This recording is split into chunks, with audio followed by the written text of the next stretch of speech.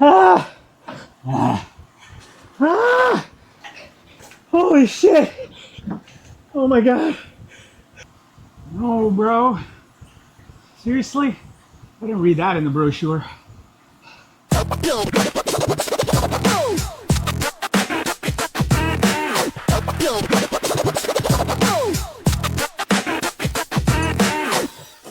Welcome, welcome. For those new to my channel, welcome. For those returning, welcome back.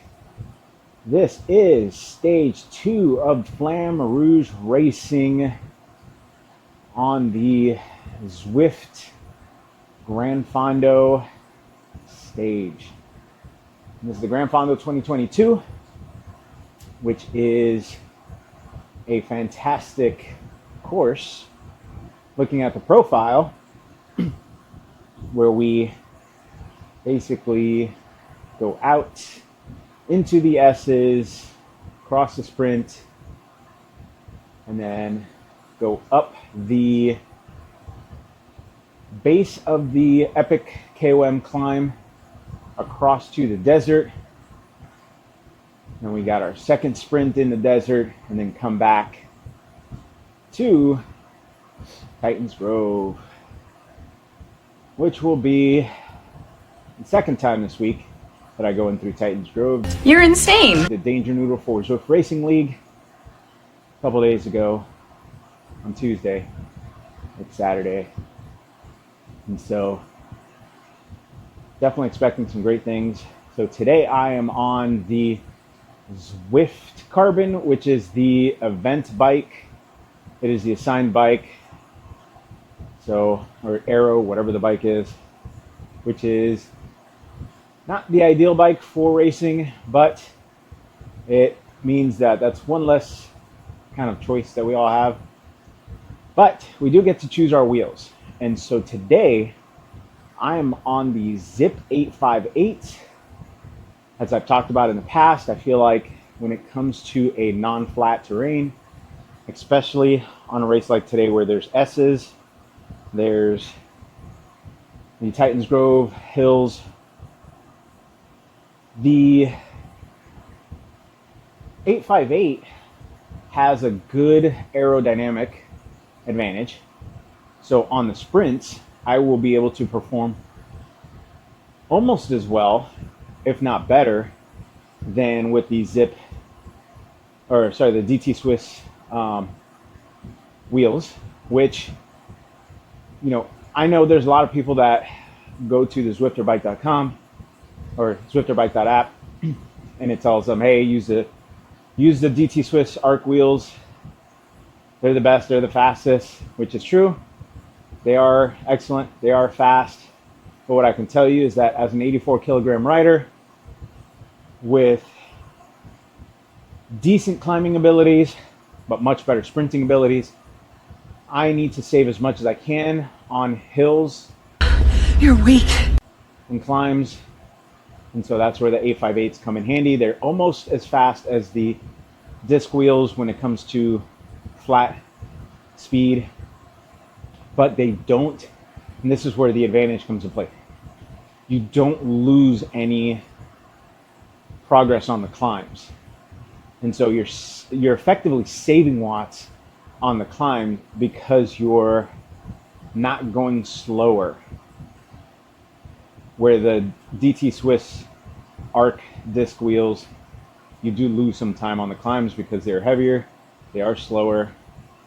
And so while it might be negligible for some people, if you can maintain your power well, but if you can conserve power and climb a little faster, then they are the advantage. So enough of that. After stage 1, which was the Everything Bagel in New York, I ended up in 7th place on the green jersey standings. 84th, I believe, in the GC, which obviously I'm not going for GC. I'm not a strong climber. I'm not a lightweight guy, so lightweight in terms of those climbers. So I'm not worried about GC. So because I'm in 7th place, my goal is to, again, aim for the green jersey, do some big sprints. I'd like to be able to stay around 1,000 watts for my sprints. Statistically, that has not happened for me in the past because racing is hard. You're totally slow, dude. Now I am on the 8 a.m. Eastern Time race, which means I have a long day of nail biting I bite my nails. to see where I stand at the end of the day in terms of the competition, readjust, and then do it all over again tomorrow. Remember, we all asked for this voluntary race. All right.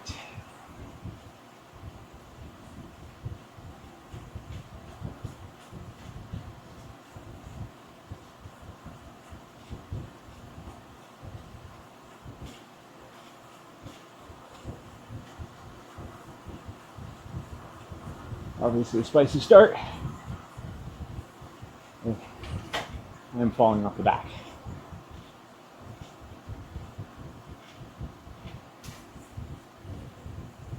Although, I don't know if it's the bridge itself, but that start always seems to be spicy and then calms down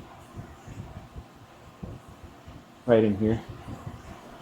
So as we come up to the Dirty Suppressa, I believe it's called. I just call it the Italian Villas climb, dirt climb.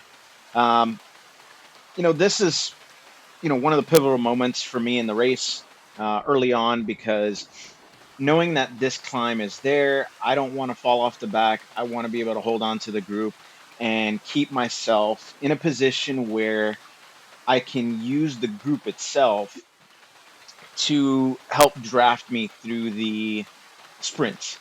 That is probably the most important thing you can do when it comes to sprinting for FTS purposes, for fastest through the segment, is basically have enough people in front of you in order to draft off of them through the sprint itself. You can see a couple people already ramping up power. One guy's already kind of launched a sprint, another person there. As I'm starting to round the corner, I realize that I'm kind of a little bit late to when I wanted to start my sprint. But as I bring up the power here beyond 900 watts, right around 900 watts, kick it forward, I realize that I actually hit 61 kilometers an hour on this sprint. And again, that is, partly due to these pockets of drafts. And so as I come through the backside here, I don't get a chance to celebrate it when I initially saw it, but I ended up in second place across the line in the moment. That doesn't mean that's going to be where I land with the sprint overall, because again, these points are essentially fastest through this segment. And so the other thing when it comes to sprinting that always concerns me, and I feel like this time I actually did well, is you see how the group is starting to come back together.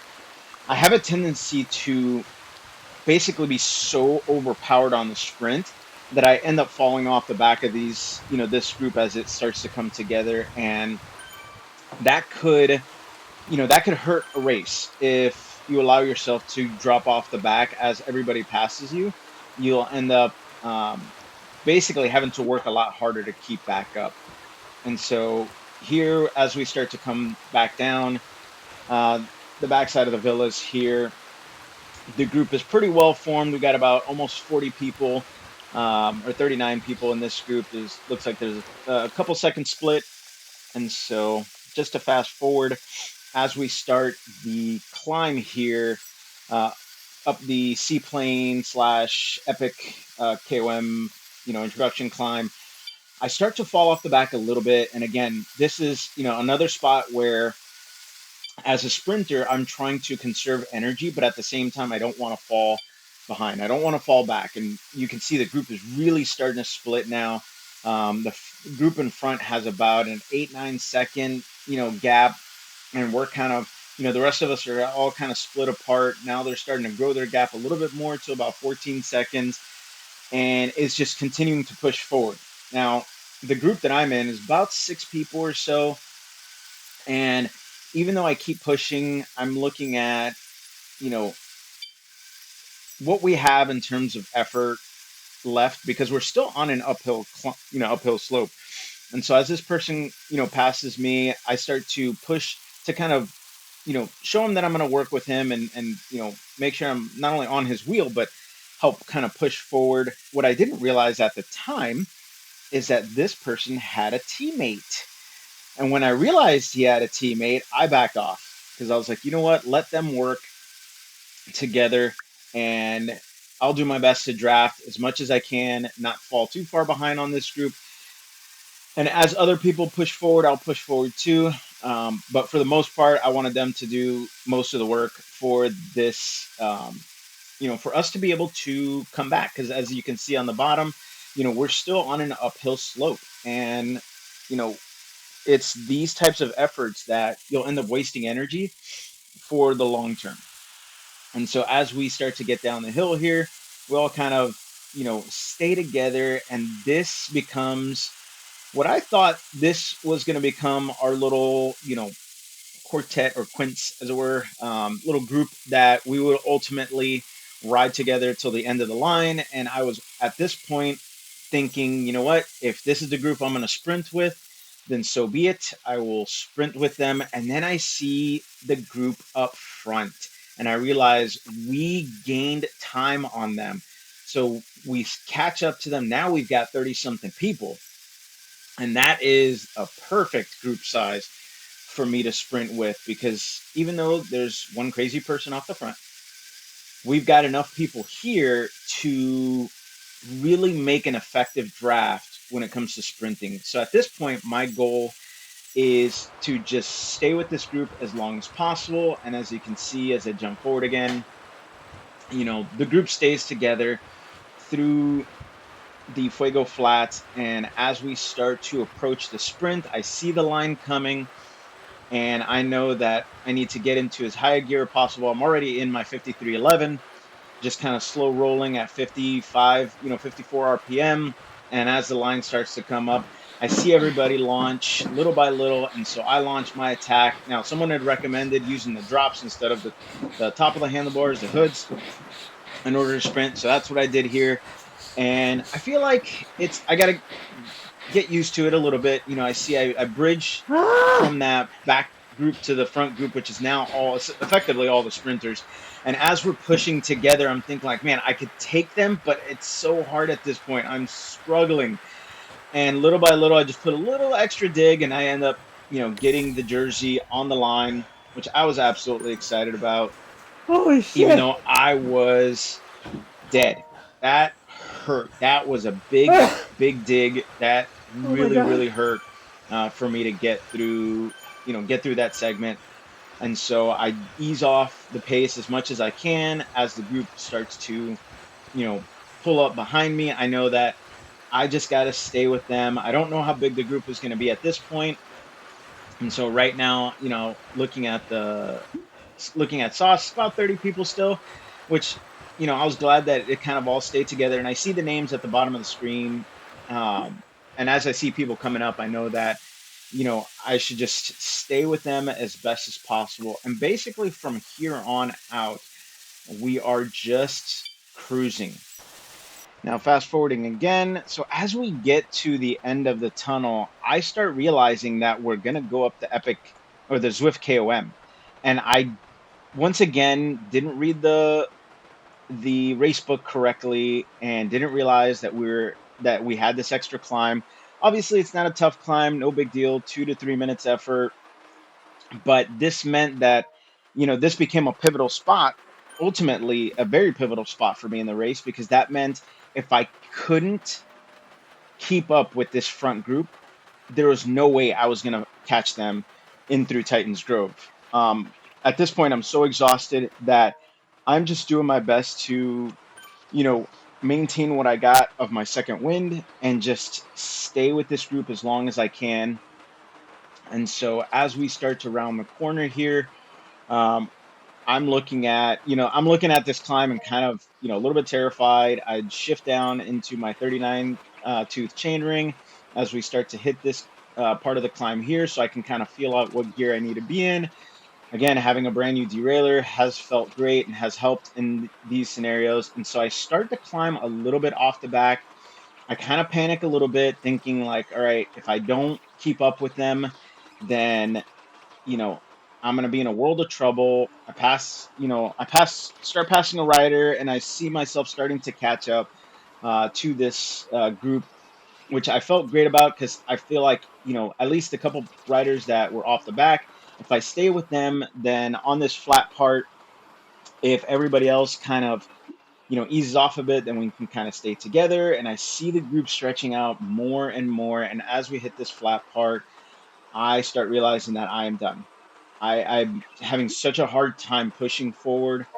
I see the group starting to pull away a little bit. I dig in deep again to try to catch up, trying to hold the 300s, mid 300s. But as you see, I was kind of looking down just to kind of keep mentally focused. What I should have done is actually looked at my watts as well and realized that in, I was in the lower 300s for a lot longer than I wanted to be. I thought I was pushing in the mid to upper 300s, maybe even 400s, because that's truly what it felt like on my legs.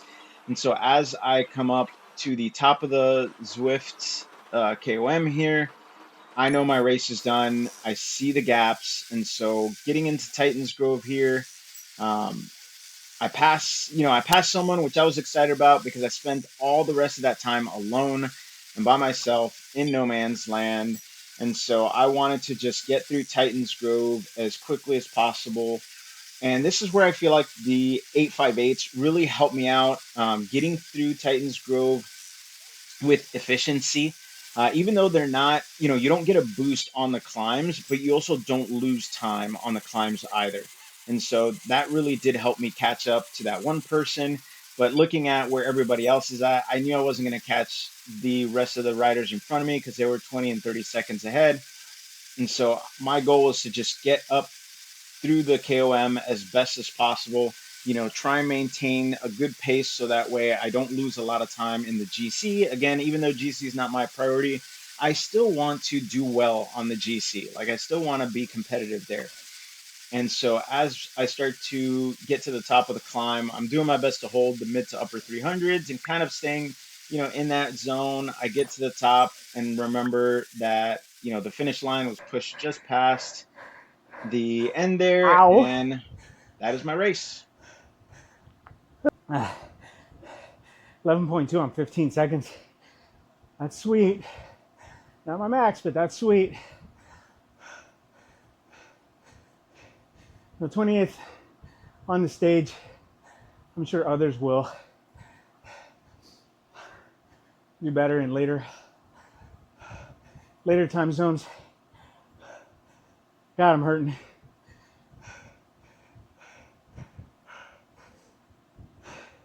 I don't know what place it was on the first sprint.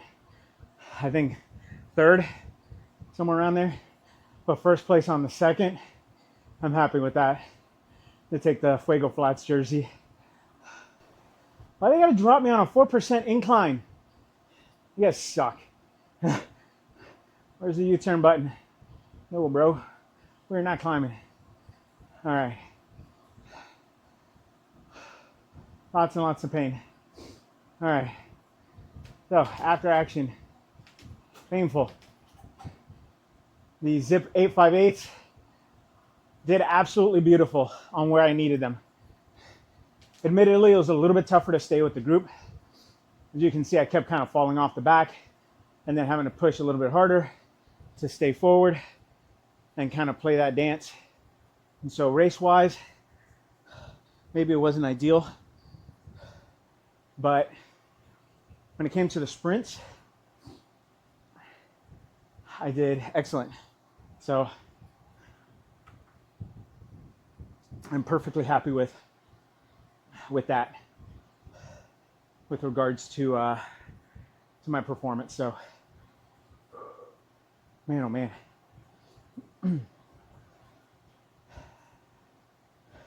And then, as you saw, a couple, like 3 Bryans that I know, all in this race, all did fantastic. Stayed with that front main group. I don't know where Brian from Dirty Watts ended up. I'll double check later, but I feel like he did a great job. The other Brian, the at Brian, I think Zwift Racing, something like that, is his tag on Zwift. again, stayed with the front group, which chapeau to him for being in the habanero group. It means he's basically one group up from me. Great rider, strong rider. So totally deserves that. Whew. And then, yeah, so definitely a tough stage. Harder than I thought it would be, especially since I didn't notice that we had this Zwift KOM in the middle there. That obviously that broke me, because I thought we were going into Titans Grove as a group after the tunnels, but that Zwift KOM took what I had left for climbing. But that's how it goes. So I'm here for sprinting, not just for GC. But I think I did pretty good. Finished a minute or so back from the main group. And yeah, so I will catch you guys on the next race. Guys, Miguel from that thing you just watched. If you know where that reference is from, please leave it down in the comments below. One of my favorite channels. If you enjoyed this video, please hit the subscribe button. Watch videos, playlists, whichever pop up. But thank you so much for joining me on this journey, and I hope to see you next time.